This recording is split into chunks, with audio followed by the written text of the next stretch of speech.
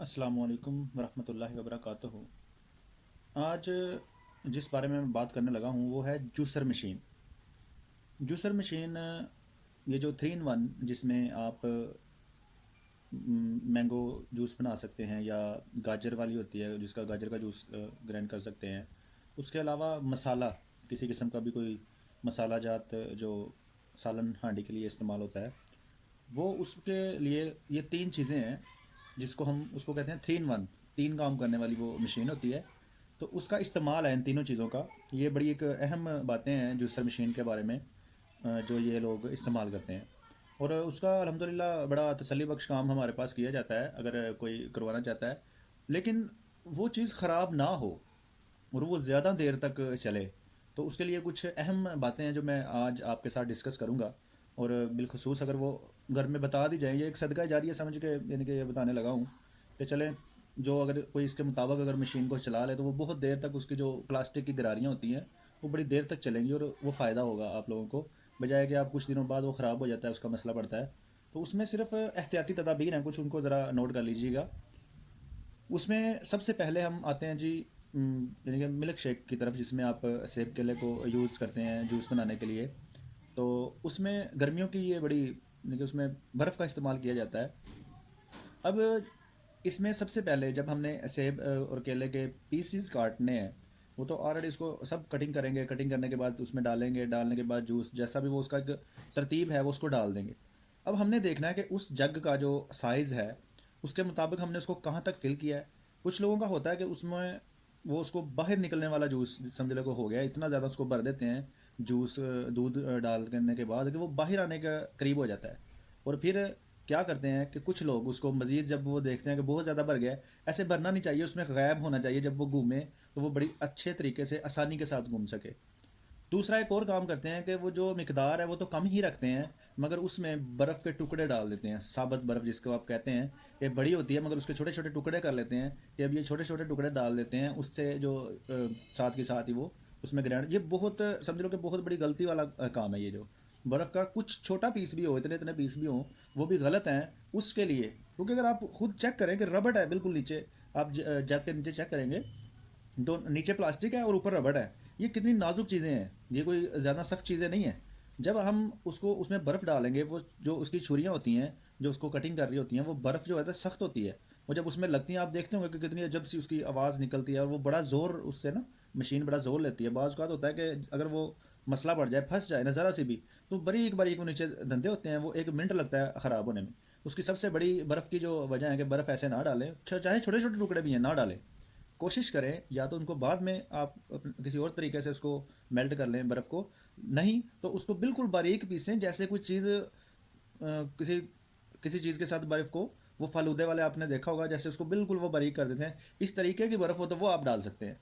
आप अक्सर बाहर अगर शॉप पे जाते हैं जूस पीने के लिए जाएँ, तो आप देखेंगे उन्होंने उसको समझ लो कि ग्राइंड करके रखा होता है बर्फ़ को ना, कूलर में रखा होता है, वो उठाते हैं बारीक पीसी हुई बर्फ़, वो उसमें डाल देते हैं और उनके वो जो मशीन है बड़ी बड़ी देर तक चलती रहती है। हालांकि उनकी सुबह से वो शाम तक और रात तक लगे रहते हैं, उनकी ऐसे गरारियाँ ख़राब होने लगे वो तो फिर इस चक्करों में पड़े रहें। तो घरों में ये चीज़ नहीं होती, घरों में ये सब कुछ ऐसे ही करते हैं कि ज़्यादातर बर्फ़ जो इस तरह से डाल देते हैं।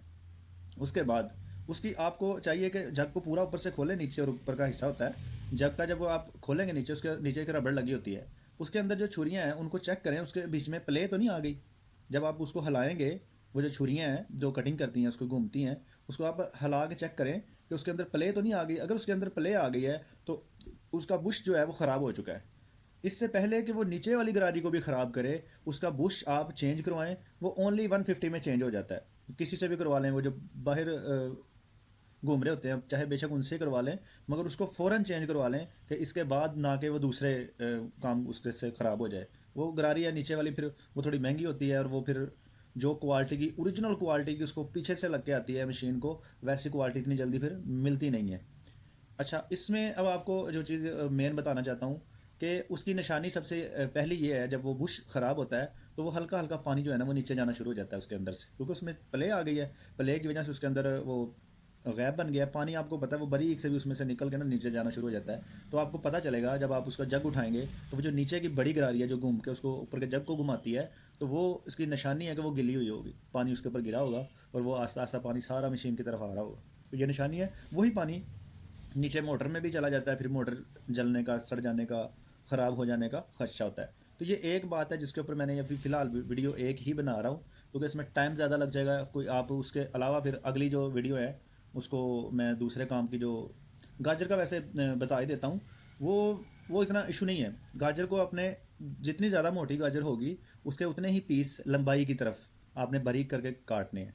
उसको बहुत ज़्यादा नहीं देखना, वो उसने तो ठीक है, उसका काम है, उसने जो करना है, मगर उसमें ज़ोर मशीन के नीचे की वही रबड़ का ही आपने बस असल मेन ख्याल रखना है कि रबड़ उसकी ख़राब ना हो, क्योंकि घुमाना तो उसको भी रबड़ नहीं है ना, तो वो नीचे वाला सिस्टम तो वही है। तो इसलिए आप कोशिश करें कि वो जो गाजर है उसका शायद अगर बारीक बारीक गाजर हो तो वो तो ठीक है, वरना चार चार पीस एक एक गाजर में से ऐसे लंबाई की तरफ करें, 2 पीस 3 पीस 4 पीस, तो वो उसको उसमें लगाएं। आपकी जो वो नीचे की गिरारियाँ हैं वो ख़राब नहीं होंगी, और मोटर की लाइफ भी बड़ी देर तक चलेगी, क्योंकि उसका जोर वो नहीं लगेगा जो आप ज़बरदस्ती एक बड़ी मोटी गाजर बस ठीक है जी कुछ नहीं होता, हो तो रहा है काम, होता वाकई है, वो उसका जो जोर है वो लग रहा है, मगर वो आस्ता आस्ता उसके अंदर कार्बन होते हैं, वो कार्बन ख़राब होते हैं, लोड पड़ता है उसके ऊपर, तो वो मसला उसमें मजीद बढ़ता है। इसकी एहतियाती तरह भी मेहनत है ना थोड़ी सी, आप गाजरों को वो पीसीस काट लें। ऐसे मसाले की तरफ आ जाए, मसाले की जो डब्बी है उसमें बहुत ज़्यादा लोग जो है ना, वो मसाले की कुछ चीज़ें ऐसी सख्त होती हैं जिनको किसी चीज़ के साथ पीस लेना नहायत ज़रूरी होता है।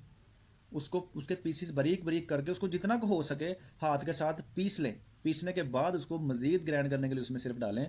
बहुत सारे खुशक मसाला जार जो होती हैं वो बल्कि उसके अंदर बिल्कुल उसको जाम कर देती हैं। जैसे ही वो जाम करती हैं, मोटर जो होती है ना उसने अपना पूरा जोर लगाना होता है। वो चाहे उसमें ऊपर का ब्लेड जैसे ही रुकेगा तो उसके नीचे वाली गरारी उसको पूरा जोर लगा के वो खुद को तो ख़त्म कर देगी, यानी कि आप देखेंगे तो गरारियाँ जो होती हैं वो खुद को वो घिस जाती हैं। फिर आप कहते हैं जी ये वो आपका जूस बनाने से भी गई, फिर वो गाजर का जूस बनाने से भी गई।